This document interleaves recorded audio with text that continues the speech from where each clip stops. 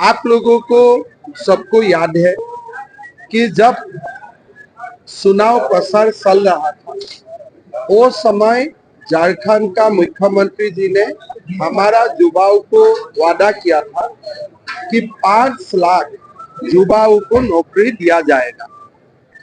अगर जब तक नौकरी नहीं मिलते हैं तब तक 5,000 और 60,000 रुपया भत्ता दिया जाएगा।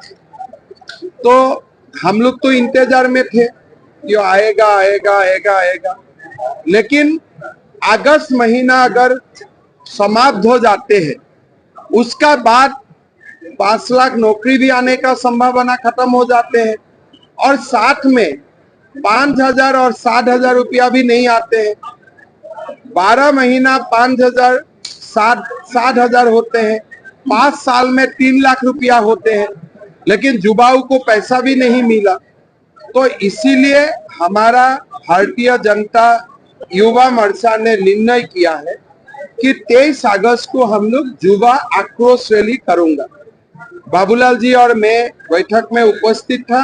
हमने इतना ही बोला कि आपने युवा आक्रोश रैली कीजिए, शांतिपूर्ण तरीका से कीजिए और इसी के लिए कीजिए कि आज का बाद कोई भी मुख्यमंत्री जो भी पॉलिटिकल पार्टी से हो झूठा वादा देने का हिम्मत आगे ना करे, नहीं तो इस चुनाव में भी झूठा वादा करने का एक पूरा भरपूर सूची प्रस्तुत हो जाएगा।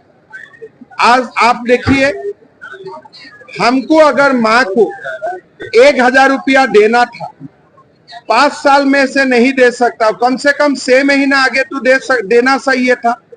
आज एक फॉर्म के लिए 200-300 रुपया रिश्वत भी देना पड़ रहा है।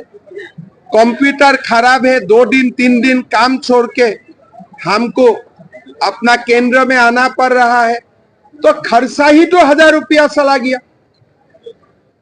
आप कितना पैसा देगा? सितंबर में 1,000 रुपया देगा, अक्टूबर में 1,000 देगा, नवंबर से तो ये बंद होने वाला है। हाँ ठीक है, आपका सरकार नहीं आने वाला है, अलग बात है, लेकिन 2,000 रुपया आप देने वाला है, 1,000 रुपया तो लोगों का खर्चा ही हो गया। तो इसीलिए ये जो एक वादा खिलाफी जो एक पूरा चल रहा है उसका खिलाफ हमें आवाज उठाना है, लेकिन ये आवाज शांतिपूर्ण ढंग से उठे, एक श्रृंखलित व्यवस्था का आधार से उठे। यही बाबूलाल जी और मैंने हमारे युवा मोर्चा का लोगों को सलाह दिया। हर घर तिरंगा का भी कार्यक्रम है, उसका बारे में भी हमारा गुरु प्रकाश जी दिल्ली से आए हैं, कैसे हम लोग को करना है उसका ऊपर भी उन्होंने लोगों को मार्गदर्शन दिया और एक अच्छा माहौल में हमारा सभा हुआ। लोगों का जो उत्साह है वो देख के मुझको इतना ही मैं बोल सकता हूँ, झारखंड का हवा पूरा पलट चुका है। इससे ऊपर जनता है। अगर जो भी झूठा वादा देते हैं, अगर उनको एक बार आप बुरी तरह हरवा देता है, अगली बार झूठा वादा नहीं होगा। चुनाव आयोग क्या करे नहीं करे वो तो एक संवैधानिक व्यवस्था है, उनका ऊपर मैं कमेंट नहीं दूंगा। लेकिन मैं अगर आपको बोला था 5 लाख नौकरी दूंगा, कम से कम तो 1 लाख दे दो। लोग तो इतना तो मानते हैं, ठीक है चलो पॉलिटिशियन ने 5 लाख बोला है तो 1 लाख करेगा, लेकिन यहाँ में तो 1 लाख सॉरी 10,000 भी नहीं हुआ। तो मुद्दा यही, सबसे पहले हम लोगों को यह बात मानना है कि घुसपैठी आए हैं। मैंने झारखंड का इलेक्टोरल लिस्ट का एक एनालिसिस किया था। अभी हमारा 19 विधानसभा कॉन्स्टिट्यूएंसी ऐसा हो चुका है, हर कॉन्स्टिट्यूएंसी में 20% से ज्यादा एक विशेष समुदाय का लोग बना है वोटर। लेकिन पहले 2019 में यह संख्या नहीं था, 14 में यह संख्या नहीं था। तो एक लोगों को वोटर लिस्ट में नाम आने का पहले उनका ऊपर एक जांच होना चाहिए। एक भी झारखंड में अगर नया आधार कार्ड इश्यू होते हैं उसका जांच होना चाहिए कि ये व्यक्ति यहाँ का है, कोई दूसरा प्रदेश से या दूसरा देश से आए हैं।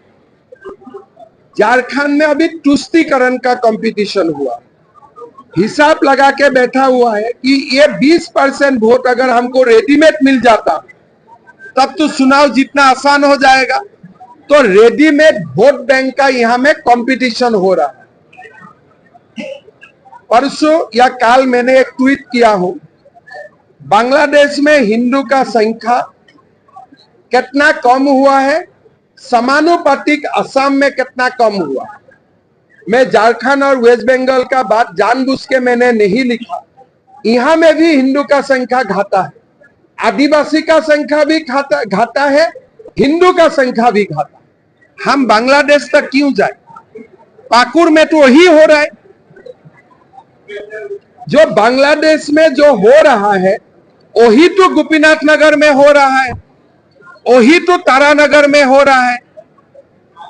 जो बांग्लादेश में आज जो दिखाई दे रहा है, वही चीज 10 साल का बाद अगर भगवान हम लोग को जिंदा रखे तो हम लोग इधर ही वो चीज देखने जा रहा है। ये समय खराब समय है, घुसपैठिया है, और घुसपैठियों को वोट बैंक बनाने का जो एक इजी एफोर्ड हो गया ना, नौकरी नहीं देना है, रास्ता नहीं बनाना है, मेडिकल कॉलेज नहीं करना है, यूनिवर्सिटी नहीं बनाना है, खाली 2 ट्रक घुसपैठियों को लेके आओ।